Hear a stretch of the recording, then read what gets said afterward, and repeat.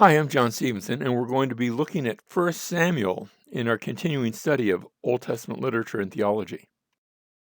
1 Samuel chapter 1, verse 1. Now there was a certain man from Ramathaim Zophim, from the hill country of Ephraim. We've just seen a few stories that were starting off in the hill country of Ephraim when we were looking at the last few stories in the book of Judges. This man's name was Elkanah, the son of Jeroham, the son of Elihu, the son of Tohu, the son of Zuph, an Ephraimite. So here's this person, Elkanah, and we're going to find out in the next verse. He had two wives. The name of one was Hannah, and the name of the other was Peninnah. And Peninnah had children, but Hannah had no children, and that raises up the problem. Remember, being without children, especially for a woman, was considered sort of the height of dishonor in an honor and shame culture. Verse 3, now this man would go up from his city yearly to worship and to sacrifice to the Lord of hosts in Shiloh. Shiloh was the place where the tabernacle was. When the Israelites had first come across the Jordan, they had set up at a place called Gilgal. But now, as time has passed, they're at a place up in the mountains, Shiloh. And the tabernacle is going to be there, and the Ark of the Covenant is going to be there. Eventually, we're going to see the Ark of the Covenant and the tabernacle at two different locations, but right now they're at the same place. And the two sons of Eli, Hophni and Phinehas, were priests to the Lord there. And so here we have the tabernacle. Now you say, wait a second, I thought the tabernacle was a tent. It was, but have you ever seen a mobile home park where you have these things? We call them mobile homes, but in a mobile home park, very often they don't go anywhere. And the tabernacle had now been like that for a few hundred years. The Israelites have been in the land, and it's been set up here at Shiloh, not moving. And so it's starting to look a bit permanent, but still we're calling it the tabernacle, even though it's permanently there, at least for the time being, at Shiloh. Now Hannah comes to the tabernacle here. We're not calling it a temple. That would be more permanent. Remember, a mobile home that doesn't go anywhere.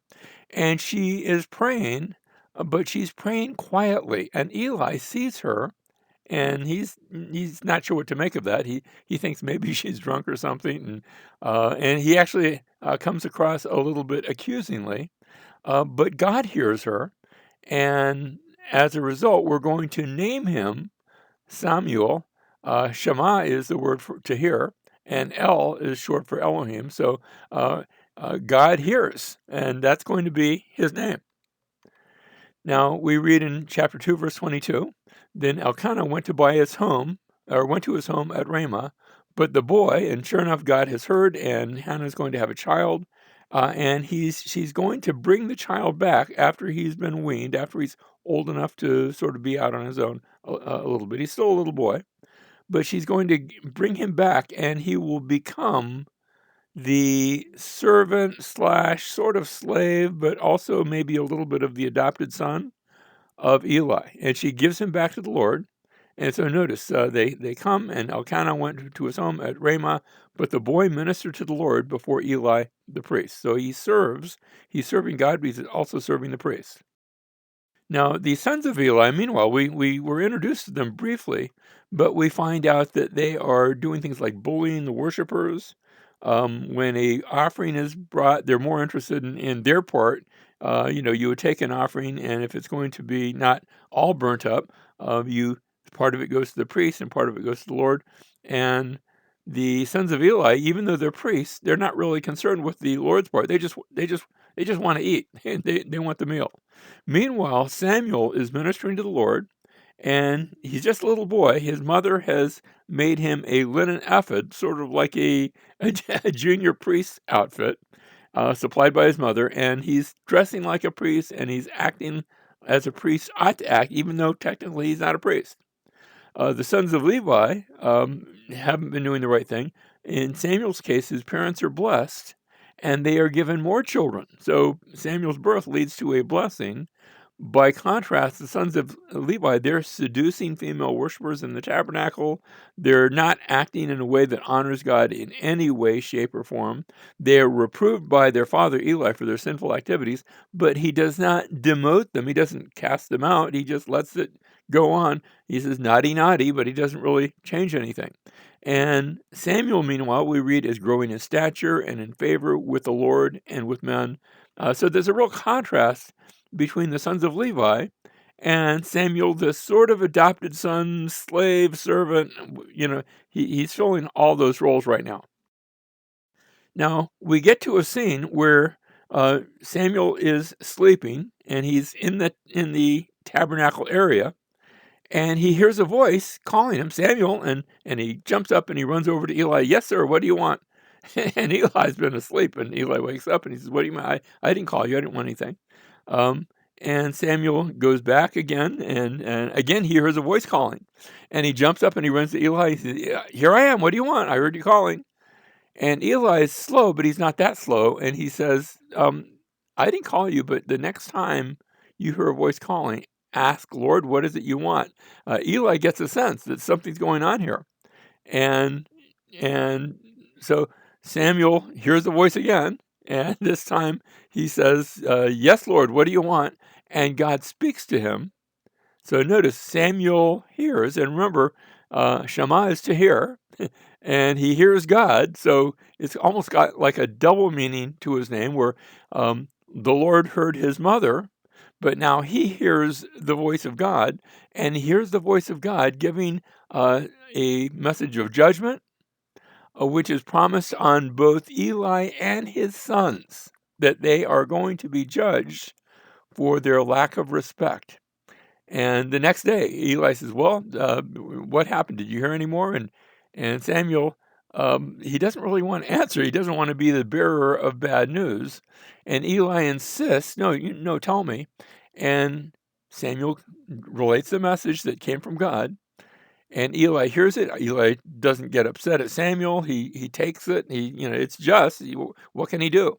His sons have been disobedient, and he sees where he has also been a bit culpable in all of this. And so he takes it in a very upright way.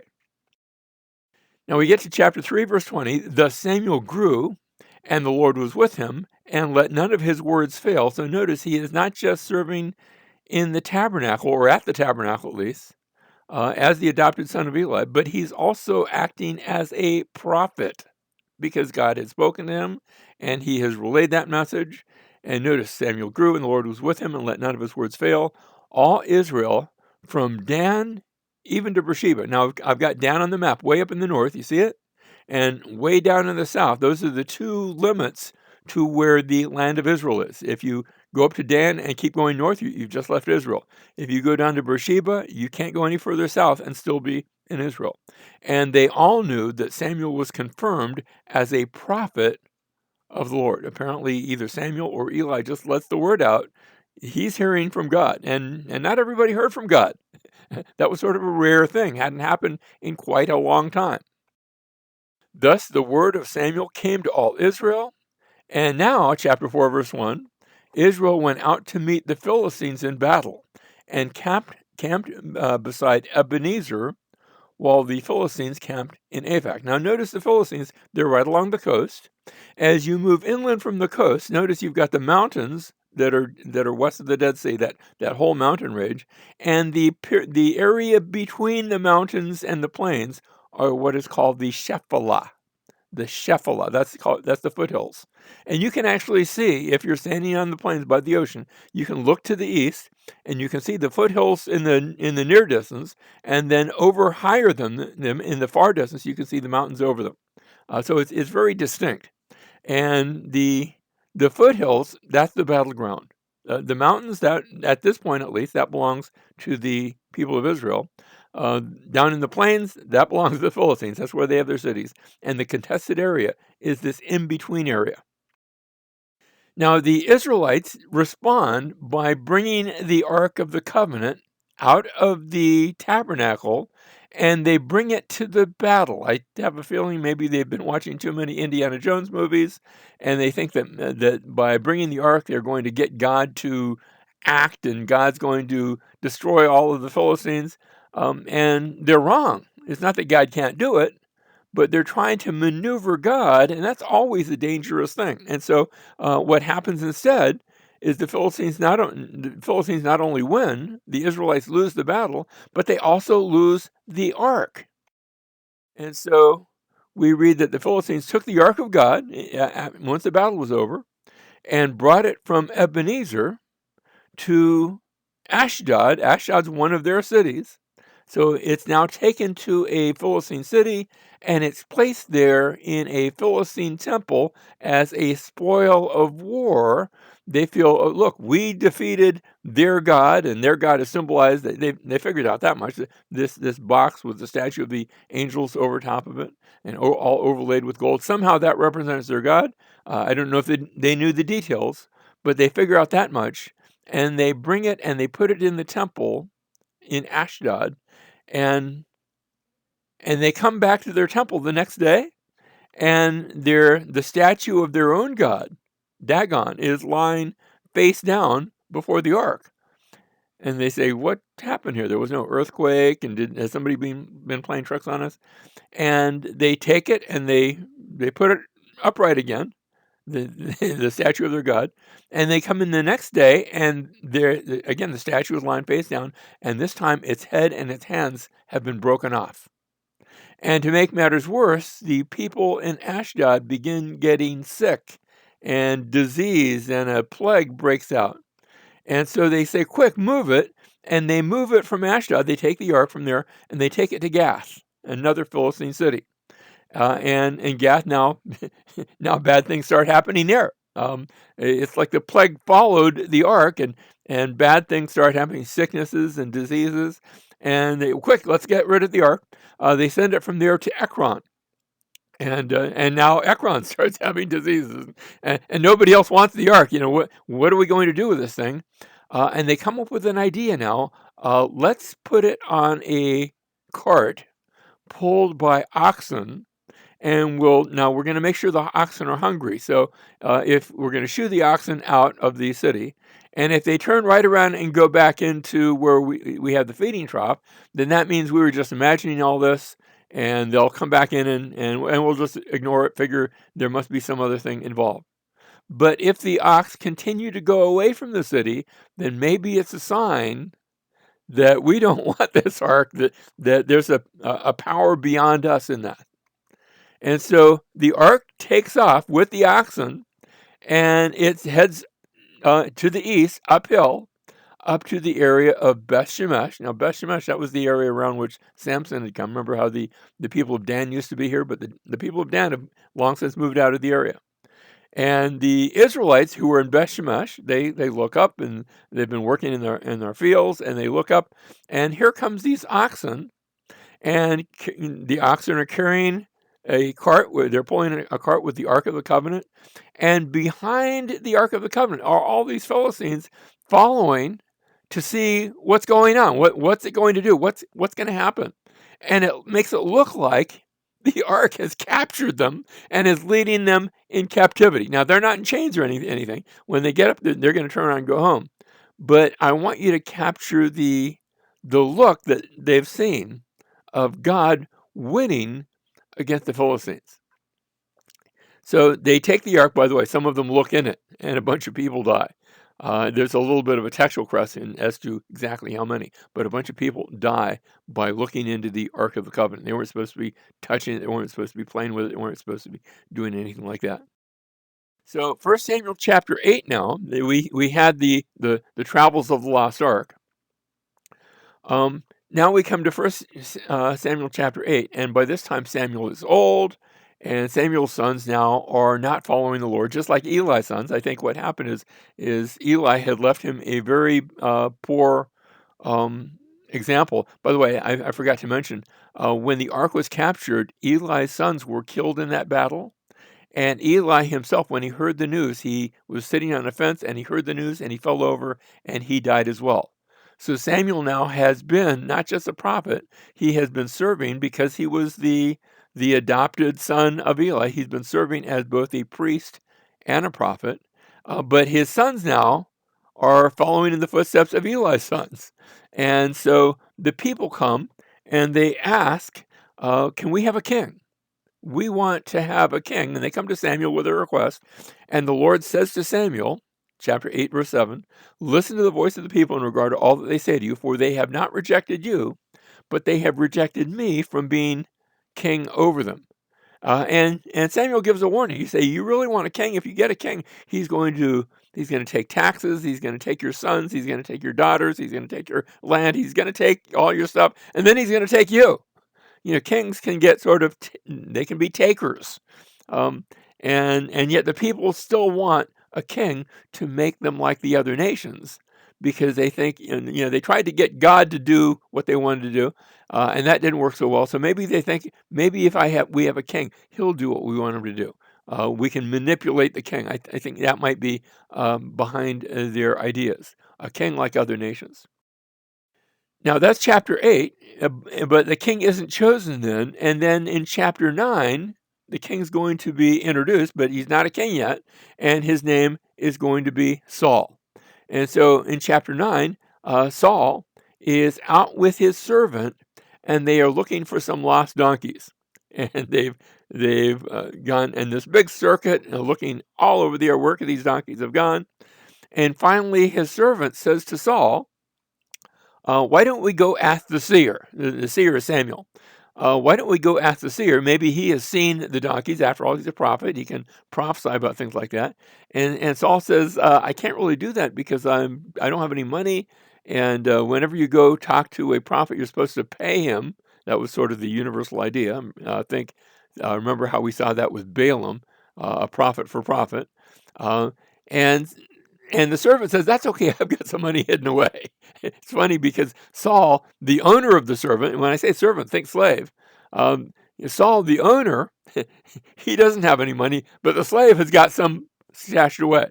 And so they go to see Samuel, and Samuel, the day previously, had received a message from the Lord saying, I'm going to send the one who's eventually going to be king. He doesn't know it. You didn't know it until just now. And you're going to take him and you're going to anoint him. That anointing won't make him king. It will be promissory. That is, it's going to be, eventually he's going to become king, but not quite yet. And so Saul comes to Samuel to ask about the donkeys. And Samuel says, oh, the donkeys, they're already back home. You don't have to worry about them. But now he anoints Saul. And Saul's not sure what to make of that, because that's not what he was looking for. He was just looking for some donkeys. But the anointing takes place. Now, that's chapter 9. Chapter 10, then, all Israel comes to Samuel to find out who the king's going to be. And they draw lots, and the lot falls to the tribe of Benjamin. Remember the tribe of Benjamin, what we read about back when we were in Judges? That tribe that people really didn't like anymore and that had all but been extinguished. And not just to Benjamin, then it falls to the house of Kish, which happens to live in the area of Gibeah. Remember that city? Now that had happened earlier. Saul and them, they hadn't been involved in that, but that was part of the city's history. It's like a bad city to be from. And then the lot falls specifically to Saul. And Saul, he's been chosen. Saul, come forward. And everyone looks around and they don't see Saul. And Saul is hiding in the baggage because he's not really eager to become a king. Maybe he feels a little bit of that stigma of being from Benjamin and being especially from Gibeah. But he comes out and I don't think anybody really realizes, Saul is head and shoulders taller than everyone else. He's a big, tall guy. And it looks like everybody else is almost like not quite on their knees, but they're considerably shorter. And now he is going to anoint Saul in the presence of all. Now, when you hear about a king, what comes to mind? Well, perhaps you think of a crown on his head, or maybe you think of a palace and lots of slaves and servants and military and an honor guard. and royal robes, and Saul has none of that. In fact, the next time we see Saul, he'll be behind a team of oxen out plowing his field, because he's got the title king, but that really doesn't mean much among a people that are basically a agricultural nation, and they don't have capital cities and they don't have palaces. They just have the land.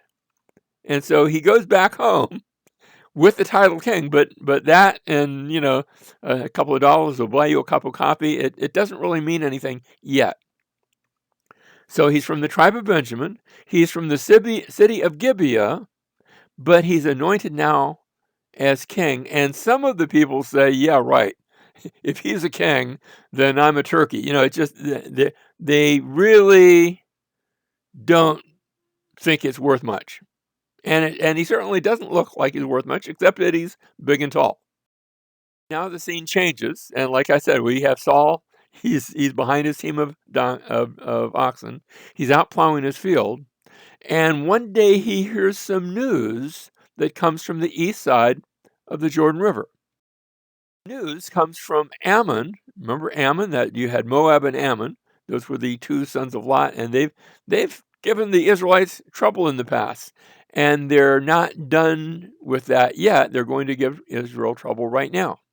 And the king of Ammon has come up against Jabesh Gilead, maybe some other places too, but certainly against Jabesh Gilead, and he's threatening them. He says, "You better surrender or else." And they respond, "We give up. We'll surrender. We'll just become part of you." And he says, "You're allowed to surrender. I'll take your surrender. As a sign of your submission, I'm going to gouge out the right eye of every single man in the city." And the men of Jabesh Gilead said, "Well, maybe we won't surrender. Can we have a week to think about it?" And the king of Ammon says, "You can think all you want about it. I'm counting your eyeballs." And they send a request for help, and that request now makes it down to Saul, as they're saying, "Look, can you help?" And Saul is down here at Gibeah with his oxen. He's been out in the field, and he hears the message, and he takes his oxen and he kills them and he sacrifices them. And now you got to hear this. He cuts them up into 12 pieces. Not each oxen, but between the two of them, 12 pieces. There's a hip and a joint and this is prime beef. And he has the pieces of the oxen sent out to the 12 tribes of Israel. Remember what the last time something like that happened, where the man with the concubine, back in Judges, had taken her lifeless body after she'd been raped and abused and had cut it into 12 pieces. Here is Saul doing that. Can you imagine being from one of the tribes? There's a package in the mail, and it's this bloody thing. Oh no, what is this again? This time it's a big steak. It's oxen, and the message is, unless you come and join Saul for battle, then we're going to be delivering your oxen next. We're going to be cutting up your oxen. And so the Israelites gather together, and he gets his force, and they go to rescue Jabesh Gilead, and they rescue Jabesh Gilead. And the men of Jabesh Gilead are rescued. They still have both eyes, and the king of Ammon goes back home. Great victory. And the Israelites look at Saul and they say, "Oh, I guess he really is." So after this, all the people went to Gilgal, and there they made Saul king before the Lord in Gilgal. They had sort of done it before, but not really. They hadn't taken it seriously. Now they take it seriously, and they say, "Hey, how about those people that disrespected Saul? Should we now pull them out and kill them?" And Saul says, "No. I sort of got where they were coming from. Nobody from Israel is going to die today. I'm going to be the deliverer, the good king, not the I'm going to get you king sort of idea." So Saul now is recognized by the people at Gilgal. Gilgal, remember, that was a place that was down near Jericho. They recognize him now as king. Crowned, I don't know about crowned. I'm not sure if he had a crown, but at least recognized as king. Now here's the life of Saul. We could put it in 3 acts, most of which are going to have 3 scenes. So Act 1, Scene 1, we had Saul meeting Samuel, looking for the donkeys, and being anointed by him. That was chapters 9 and 10. Scene 2 we just talked about, success in battle with the help of God. God helped, and Jabesh Gilead was rescued. Now that brings up another issue. The Philistines hear that the Israelites have a king, and they're going to invade. And they're going to invade not just in the foothills, they're going to come right up into the mountains. And at first it looks like there's just no stopping them. And it's sort of doubtful, is anything going to good come of this? And the hero of the day isn't Saul so much, but his son Jonathan. Now, in the entire army, we read that the only two people with weapons are Saul and Jonathan, and everyone else has got their rake, their shovel, their pitchfork, anything that you use on the farm, because they don't really have real weapons. But they make do, and Jonathan leads the charge. Actually, at one point, single-handedly, he goes in and he takes out a garrison, he and his armor bearer. And there's this great story about how he goes in with his armor bearer to take them out. I've got a picture here of the shields and some of the weapons that would have been used around this time in history. Now, this is a little bit earlier. This is a Mycenaean drawing. Mycenaeans are from what we eventually will call Greece, and they had these big body shields, which is why Jonathan has an armor bearer. It's one guy to hold the shield and somebody else to hold the weapons, and Jonathan wins a victory. But Saul, meanwhile, has made a oath that no one is to eat until the entire battle has been won. And, they don't have, cell phones and ways to text each other. So Jonathan doesn't hear about it. And he sees some honey and he gets, a big mouthful. He gets he's hungry. He gets something to eat. And Saul had said, if anyone eats before we're done, may they be put to death. It was a curse, an oath. Remember how Jephthah had done an oath that resulted in his daughter's death? Here, Saul has made an oath, and he says, well, my son broke the oath, and yeah, he didn't know about it, but that doesn't matter. An oath is an oath, so therefore I'm going to put him to death. And the people stop him from doing it because Jonathan has come out as the hero. And so, no, you can't kill Jonathan. He was our hero. You don't want to punish that. And so notice I've described it as a failure with both Samuel, because Saul was supposed to wait for Samuel, and instead he performs a sacrifice, can't wait, and then he wants to put Jonathan to death, had done this oath that he really probably shouldn't have been making in the first place. So it's sort of failure. Saul comes out okay, but you got to see Saul maybe at his worst. Next, God comes to Saul, 1 Samuel chapter 15 and verse 2, and it says, thus says the Lord of hosts, I will punish Amalek for what he did to Israel, how he set himself against him on the way while he was coming up from Egypt. This goes back to the time of the Exodus, hundreds of years earlier. And in Exodus chapter 17, verses 8 through 16, the Amalekites had come up against the people of Israel and had attacked them and had been a regular thorn in their side. If any Israelites stragglers fell behind, they would be picked up by the Amalekites. And they'd fought a pitched battle as well. And in Exodus chapter 17, God had given an oath where this is chapter 17, verse 16. The Lord has sworn the Lord will have war against Amalek from generation to generation. And now God says it's time to bring it to a close. They had all this time to repent, and there was no repentance. It's time to bring the judgment of God upon them. And so Saul is told, go and strike Amalek and utterly destroy all that he has, and do not spare him, but put to death both man and woman, child and infant, ox and sheep, camel and donkey. Just obliterate the entire people group.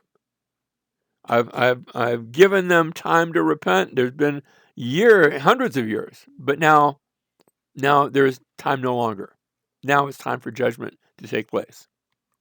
And so Saul, leading the armies of Israel, comes down against the Amalekites, and he's hugely successful. We read in chapter 15, verse 7. So Saul defeated the Amalekites from Havilah as you go to Shur, which is east of Egypt. He captured Agag, the king of the Amalekites, alive, and utterly destroyed all the people with the edge of the sword. Verse 9, but Saul and the people spared Agag. Now, they hadn't been told to do that. They spared Agag and the best of the sheep, the oxen, the fatlings, the lambs, and all that was good, and were not willing to destroy them utterly, but everything despised and worthless, that they utterly destroyed. So they destroyed the bad stuff, but the good stuff they kept for themselves. Reminds me one time when my granddaughter was very little. She was maybe, I don't know, 4 years old or so. Grandpa, can I have a cookie? And I said, no, honey. We're about to eat. Normally, I just give her anything, but we're about to eat, so it'll mess up your appetite. So no, you can't have any.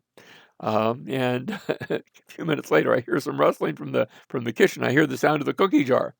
When they're that young, they don't realize sound travels. And I walk in, and my granddaughter, God bless her, had the cookie jar down and a cookie in her hand. And I said, honey, I told you you couldn't have a cookie. And she says, I was getting it for you. And Saul, when he's caught by Samuel, gives the same answer. So Samuel responds, has the Lord as much delight in burnt offerings and sacrifices as in obeying the voice of the Lord? Behold, to obey is better than sacrifice, and to heed than the fat of rams. And so he should have been obeying, he should have been heeding. None of this stuff, I got it for you.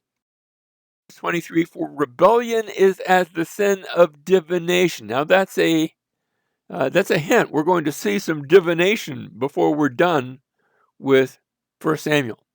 And insubordination is as iniquity and idolatry. And that's what Saul has been guilty of. Because you have rejected the word of the Lord, he has also rejected you from being king. As Samuel turned to go, Saul seized the edge of his robe, and it tore. So Samuel said to him, the Lord has torn the kingdom of Israel from you today, and has given it to your neighbor who is better than you. So Samuel's about to lose the kingdom. Now, the promise is given now. It'll take a while before it takes place. It's going to be taken from him and given to someone else. And notice that tearing, we already saw the animals and also the concubine's body torn, cut in two. And now the robe becomes a sign that the kingdom is cut from Saul and will be given to somebody else.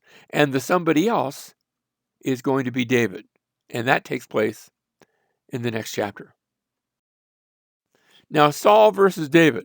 In Saul's case, he's from the tribe of Benjamin. We're going to find out. We haven't been introduced to David yet. He's from the tribe of Judah. In Saul's case, he was first seen looking for his father's donkeys. In David's case, he was first seen caring for his father's sheep. In Saul's case, he's head and shoulders above the rest of the men of Israel.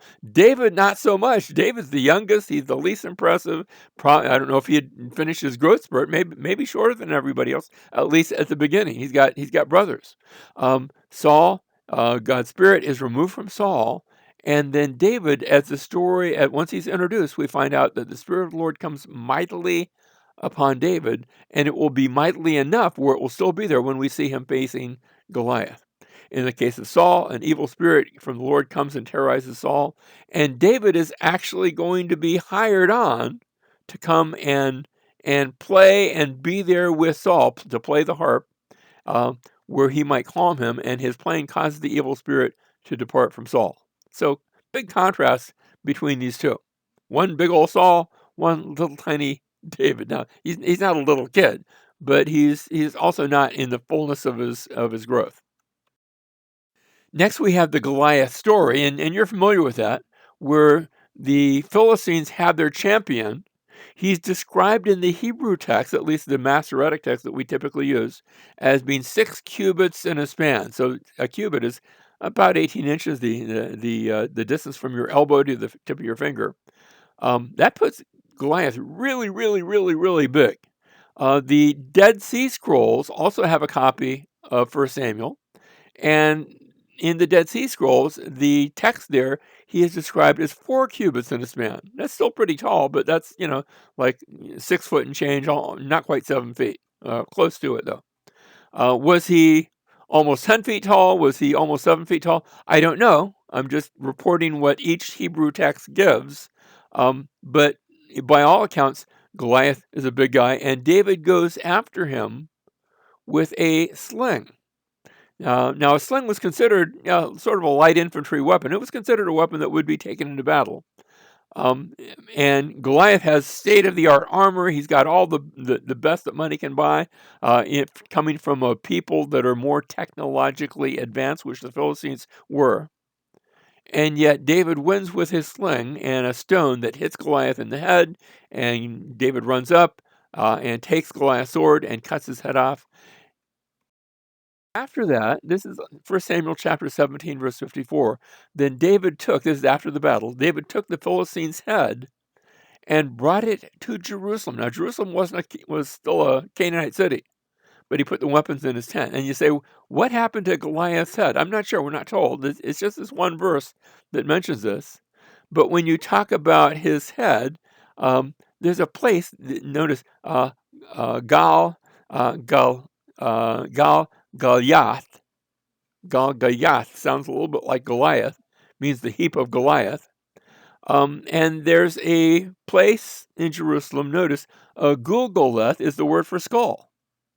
And you'll remember that Jesus eventually is crucified at a place that's called Golgotha. Now that's a Greek transliteration when we read it in the New Testament. And I can't help but wonder how it got its name. You know, some people think, well, maybe there was a place that looked a little bit like a skull. There's two or three or four places that if you use your imagination, look a little bit like a skull. But it might be that this is how it got its name. That this is the place to which David brought the head of Goliath. He does bring it to Jerusalem, somewhere in that area. We read that here in this passage. Now, after this, David becomes wildly popular. He's given God's Spirit, we saw back in chapter 16, and God's Spirit departed from Saul, and had been given an evil spirit.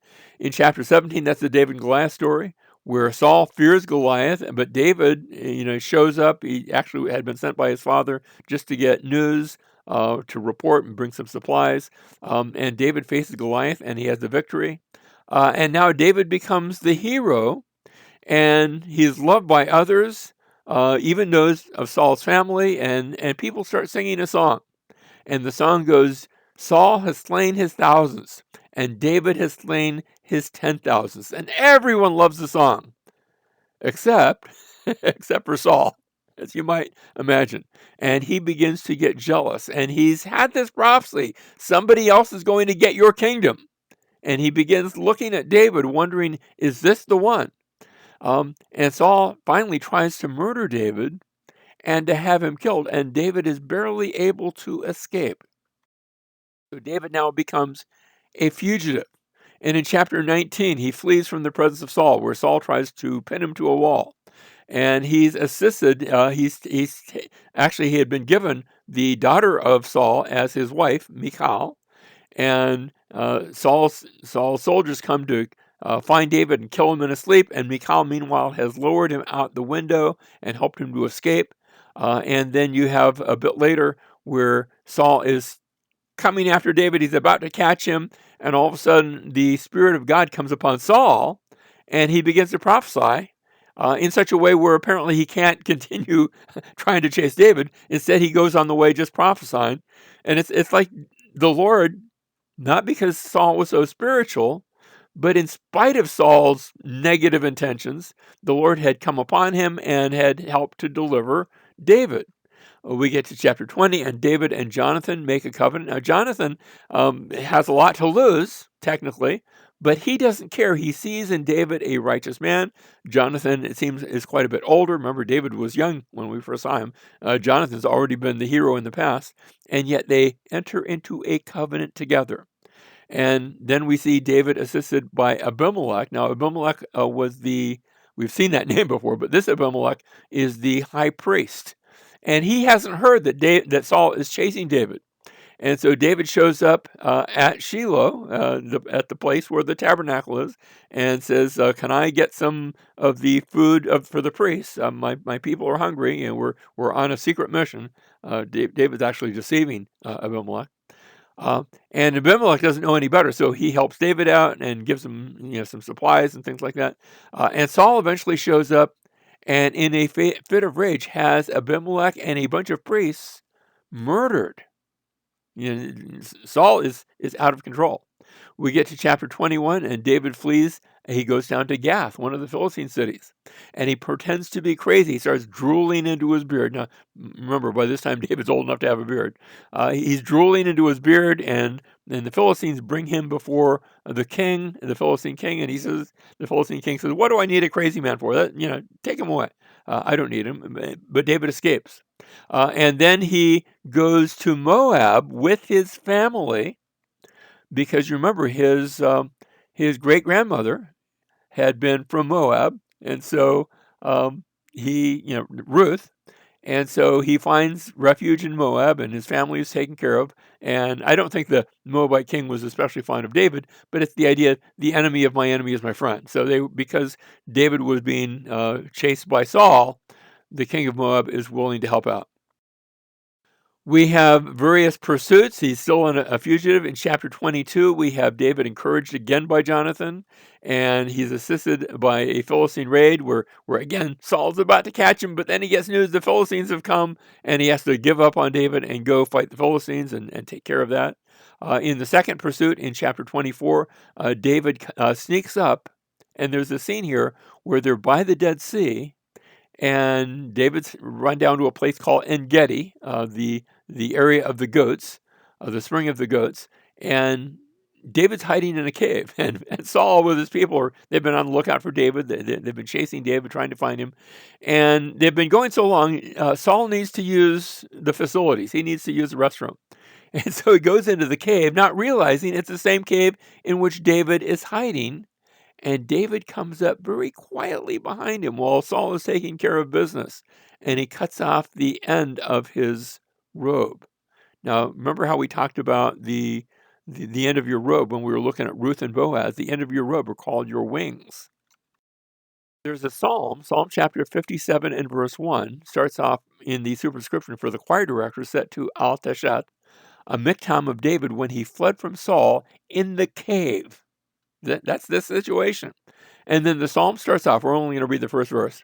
Be gracious to me, O God, be gracious to me, for my soul takes refuge in you, and in the shadow of your wings I will take refuge. Do you hear the irony of that? Where Saul's wings are cut off, but David is finding refuge in the shadow of wings of the Lord. I will take refuge until destruction passes by. And then after Saul is left, David comes out and he lets Saul get to a distance, and he says, hey, check your robe. That could have been your throat. I could have killed you, but I'm not out to get you, Saul. I'm really on your side. I'm serving the Lord. And Saul recognizes that David has been righteous and that he hasn't. And he says, you're right. I should stop chasing you. But eventually that only takes so far. Actually, he's back to chasing David again. David assisted by Abigail, the wife of Nabal, where there's this instance where Nabal has actually insulted David. David's actually been protecting a lot of the Israelites, and Nabal insults David, and David's ready to take him out.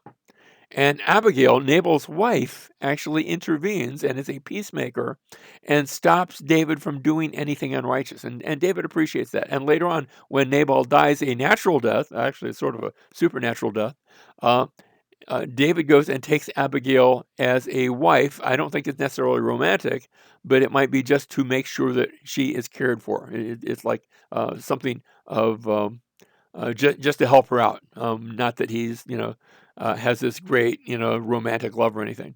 In the third pursuit, David takes Saul's spear and jug during the camp, sort of like what he had done in cutting his robe. And then finally, David is assisted. He goes back down to the Philistines again. And this time, he's not pretending anything. This time, he's going to go and they're going to give him leadership over a Philistine city.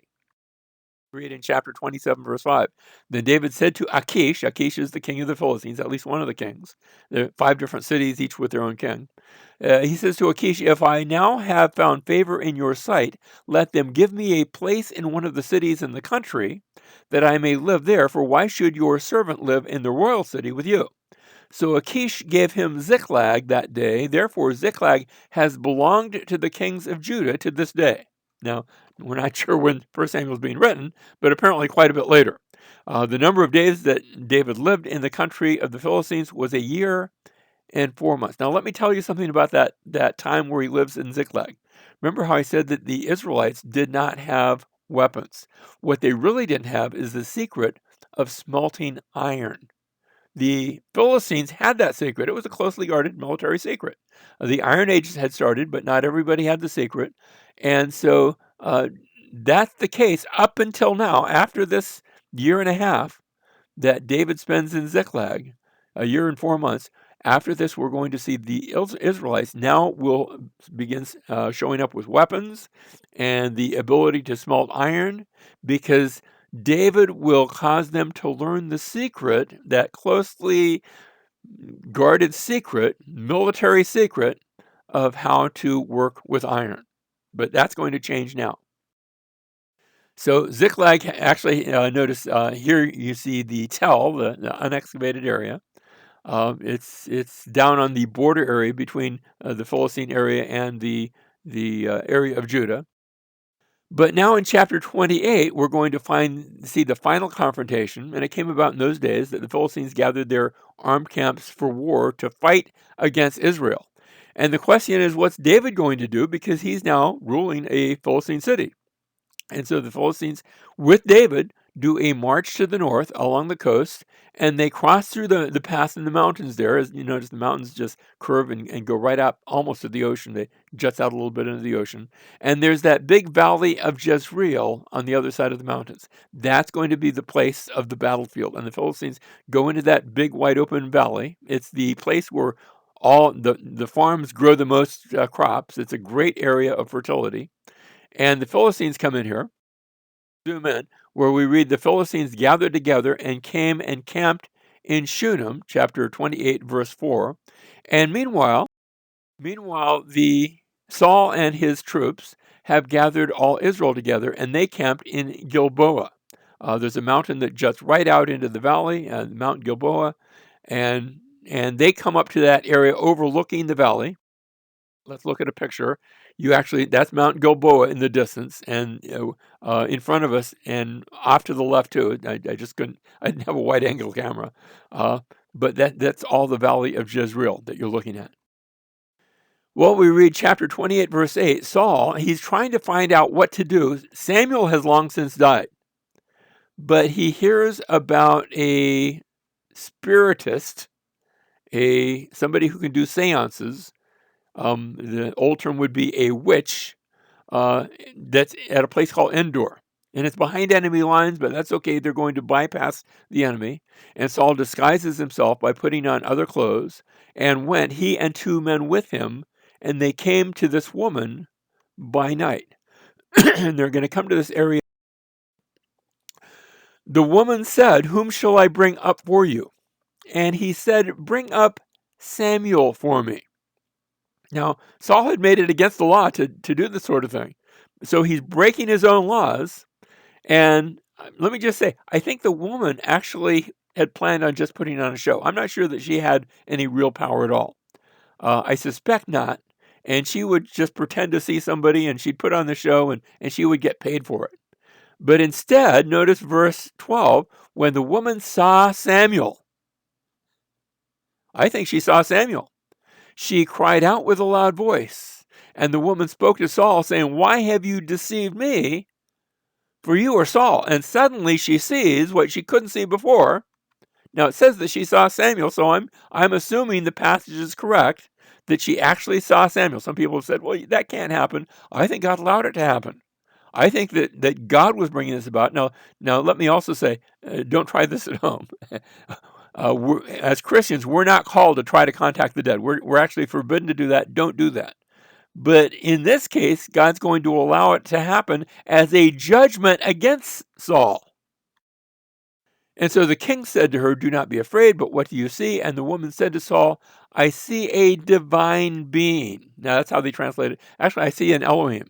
I see a God coming up out of the earth. Now, she didn't really see God, but she saw something that was, and that's why they translated a divine being, a supernatural being. And he said to her, "What is his form?" And she said, "An old man is coming up, and he is wrapped with a robe." And remember, the last time that Saul had seen Samuel had been with that torn robe, and now he sees, well, he doesn't. The woman describes him. He's wrapped with a robe, and Saul knew that it was Samuel, and he bowed with his face to the ground and did homage. And Samuel answers him, speaking through the woman, I'm assuming, and says, as you did not obey the Lord and did not execute his fierce wrath of Amalek, which he hadn't done, so the Lord has done this thing to you this day. This is just the next step in that continuing judgment. Moreover, the Lord will also give over Israel along with you into the hands of the Philistines. Therefore, tomorrow you and your sons will be with me. Now, I'm not sure that he's saying necessarily you're going to be in heaven. I'm not saying he's not. I'm saying I don't know. But the with me, I think he's just talking about you're going to be dead too. I'm dead and you're going to be dead. Indeed, the Lord will give over the army of Israel into the hands of the Philistines. So sure enough, next day, we have this big battle that takes place at Gilboa, and Saul in the battle is wounded. It goes against the Israelites. He is shot and he is wounded, and he says to his armor bearer, take your sword and kill me, lest the Philistines come and torture me to death. And he wants to go quickly. And the armor bearer is afraid to do anything. So he takes his own sword and he falls on his own sword and he commits suicide. And there he dies on Mount Gilboa. Jonathan dies as well. Jonathan is killed. And we read, thus Saul died with his 3 sons, his armor bearer, and all of his men on that day together. He's got some other sons we're going to find out. But these 3 die. And the bodies now are taken and mutilated and put on display in a nearby city, the city of Bethshan. And that is the great dishonor done to the bodies of Saul and Jonathan's other 2 brothers. But that's not quite the end of the book yet. We read in chapter 31, verse 11, now when the inhabitants of Jabesh Gilead, remember Jabesh Gilead? That was a city that had been saved by Saul when he was first recognized as king. When the inhabitants of Jabesh Gilead heard what the Philistines had done to Saul, and all the valiant men arose and walked all night and took the body of Saul and the bodies of his sons from the wall of Bethshan, secretly I'm assuming, and they came to Jabesh and buried them there. And so they take the bodies back home and give them an honorable burial. And so ends the story of Saul. And they took their bones, buried them under the tamarisk tree at Jabesh, and fasted 7 days. So we had the whole story. Let's go back over it again. We had Saul meeting Samuel and being anointed during the search for the donkeys. We had Act 1, Scene 2, a success in battle with the help of God, the saving of Jabesh Gilead. Scene 3, Saul's failure both in not waiting for Samuel and in trying to have Jonathan put to death. So notice I've got a meeting, I have success in battle, and then a failure. In Act 2, I'm going to see the same thing. Scene 1 will be a meeting again, where Saul meets Samuel down after having attacked the Amalekites and being condemned by him. That was in chapter 15. Next, I had success in battle, but with the help of David, both in the David and Goliath story in chapter 17, and then in the ensuing campaign against the Philistines in chapter 18. But then after that, there was Saul's failure with both David and Jonathan. He tried to kill David. At one point, he tried to kill Jonathan. Not a good story. And then finally, again, I come to Act 3. Again, there's going to be a meeting. We just read about it. The meeting where Saul meets Samuel at the seance, and his death is foretold. And then Act 3, Scene 2. There won't be a Scene 3. Act 3, Scene 2 is a failure in battle, and Saul falls upon his own sword. He commits suicide, and so he dies. So what we've seen in 1 Samuel is the rise and fall of Saul. What we will see in 2 Samuel will be the rise and fall of David. But we'll see that next time.